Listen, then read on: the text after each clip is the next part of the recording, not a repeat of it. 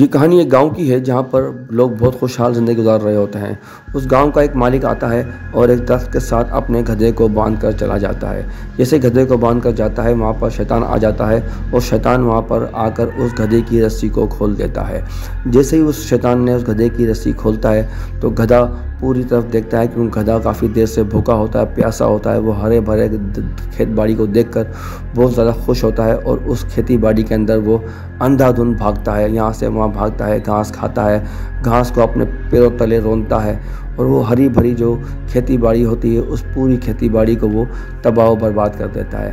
کیونکہ جانور تو جانور ہے، جانور کو کیا پتہ کہ کھیتی باڑی کیا ہوتی ہے، اسے تو صرف اپنی بھوک اور پیاس مٹانی ہوتی ہے۔ اب وہ خوب مزے سے اپنے کام کو انجام دے رہا ہوتا ہے اور جو شیطان ہوتا ہے اس تمام معاملہ کو دیکھ کر بہت خوش ہو رہا ہوتا ہے۔ اسی دوران اس کھیتی باڑی کی جو مالکن ہوتی ہے وہ دیکھتی ہے کہ کسی نے ہماری کھیتی باڑی کو تباہ و برباد کر دیا ہے اور پورا ہمارا نظام درہم برہم کر دیا ہے۔ اور جیسے اس کی نگاہ پڑتی ہے تو وہاں ایک گدھا کھڑا ہوتا ہے، وہ سمجھ جاتی ہے کہ یہ ہماری کھیتی باڑی اسی گدھے نے خراب کی ہے۔ وہ اس گدھے بہت چلاتی ہے، بہت چیختی ہے، بہت غصے میں آتی ہے اور گدھے کو وہاں سے کھینچ کر اپنے گھر کے پاس لے آتی ہے۔ اب وہ اتنا غصے میں ہوتی ہے کہ اسے نہیں پتہ ہوتا میں کیا کر رہی ہوں۔ ایک بہت بڑا لکڑا اٹھاتی ہے، اس لکڑے سے وہ اس گدھے کو مارتی ہے۔ اب وہ گدھے کو اتنا مارتی ہے کہ گدھا بہت زیادہ زخمی ہو چکا ہوتا ہے اور زخموں کی تاب نہ لاتے ہوئے اس کے گھر کے پاس ہی بیٹھ جاتا ہے۔ اب اس گدھے میں بالکل جان نہیں ہوتی کہ وہ اپنے پیروں پر بھی کھڑا ہو سکے۔ تھوڑی دیر بعد وہ گدھا وہیں پر اس عورت کے سامنے مر جاتا ہے۔ اب اس عورت کو دیکھتی ہے کہ گدھا مر گیا ہے تو وہ عورت بہت پچھتاتی ہے، لیکن دل میں خوش ہو رہی ہوتی ہے کہ میں نے اپنا بدلہ لے لیا۔ اب ایک دن گزرتا ہے، گدھے کا مالک اپنے گدھے کو ڈھونڈنے کے لیے نکلتا ہے تو اسے گدھا نہیں ملتا۔ اب وہ اپنے گدھے کو ڈھونڈ رہا ہوتا ہے اور وہ ایسی جگہ پہنچتا ہے، اسی عورت کے گھر کے پاس پہنچتا ہے جس عورت کے گھر کے پاس اس گدھے کی لاش پڑی ہوتی ہے۔ وہ سمجھ جاتا ہے کہ اسی گھر کی عورت نے میرے گدھے کو مارا ہے۔ اب وہ عورت سے بات کرتا ہے تو عورت بڑی خوش ہوتی ہے، وہ کہتی ہے کہ اس نے میرے کھیتی باڑی خراب کی تھی اور میں نے تمہارے گدھے کو مار دیا۔ اب وہ غصے میں پسٹل اٹھاتا ہے اور پسٹل کو میں گولی بھر کر وہ سیدھا عورت کے پاس جاتا ہے۔ اس عورت سے کہتا ہے کہ تم نے میرے گدھے کو کیوں مارا؟ اب عورت بڑی خوشی میں کہتی ہے کہ تمہارے اس گدھے نے میری کھیتی باڑی خراب کی تھی۔ اب وہ عورت اتنا غصے میں ہوتی ہے، اتنی اس سے بکواس کر رہی ہوتی ہے، بدتمیزی کرتی ہے، لیکن وہ مالک کو اور زیادہ غصہ دلاتی ہے۔ اسی غصے کے عالم میں اس کے مالک سے پسٹل چل جاتی ہے اور وہ عورت وہیں پر ڈھیر ہو جاتی ہے اور اس زخمی حالت میں اپنے گھر کے پاس گر جاتی ہے۔ اب جیسے ہی وہ اس کو گولی لگتی ہے اس کے جسم سے اتنا زیادہ خون نکل چکا ہوتا ہے کہ وہ زخموں کی تاب نہ لاتے ہوئے وہیں پر مر جاتی ہے۔ اب اس کو دیکھتا ہے کہ وہ مر چکی ہے تو وہ بہت پچھتاتا ہے اور وہاں سے سوچ کے فوراً وہاں سے بھاگ جاتا ہے۔ جیسے ہی وہاں سے بھاگتا ہے اور دن گزرتے ہیں، ایک رات گزرتی ہے، صبح ہوتی ہے اور شام ہوتی ہے تو اس عورت کا جو مالک ہوتا ہے وہ آتا ہے گھر پر اور دیکھتا ہے کہ میری بیوی کو کسی نے مار دیا ہے۔ اب اس بیوی کے شوہر کو بہت زیادہ غصہ آتا ہے اور وہ سیدھا جاتا ہے اس بندے کے پاس، اس بندے سے آپس میں کافی بیماری کرتا ہے اور جھگڑا کرتے ہیں۔ اب جیسے وہ جھگڑا کر رہے ہوتے ہیں تو ان دونوں میں آپس میں اتنی بیماری، اتنا مغز ماری ہوتی ہے کہ وہ ایک دوسرے سے بہت زیادہ الجھ جاتے ہیں اور ایک دوسرے کو پر بندوق تان لیتے ہیں۔ اسی دوران اس پسٹل سے اس کو گولی لگ جاتی ہے جس گھر کا وہ مالک ہوتا ہے۔ اب جو گدھے کے مالک کو جو گولی لگتی ہے، جو گدھے کا مالک وہیں پر ہی ڈھیر ہو جاتا ہے عورت کے گھر کے پاس۔ اب وہ وہاں سے بھاگ جاتا ہے اور دن گزر جاتا ہے۔ جیسے کہ دن گزرتا ہے تو اس مردے کی لاش پڑی ہوئی ہوتی ہے اور اس بندے کی لاش کو اس کی بیوی دیکھتی ہے تو وہ بہت زیادہ غصے میں آتی ہے تو وہ سمجھتی ہے کہ پہلے ہمارا گدھا مار دیا، پھر ہمارے شوہر کو بھی انہوں نے مار دیا۔ اب اس کی بیوی کو نہیں پتہ ہوتا کہ اس کے شوہر نے اس کھیتی باڑی کے مالک کو مارا ہوتا ہے اور وہ بھی غلطی سے اس کے شوہر کو مار دیتا ہے۔ اب وہ اس کی بیوی بہت زیادہ غصے میں ہوتی ہے، وہ پلان بناتی ہے کہ میں بھی اس کے گھر والوں کو نہیں چھوڑوں گی اور اس کے پورے گھر کو آگ لگا دوں گی۔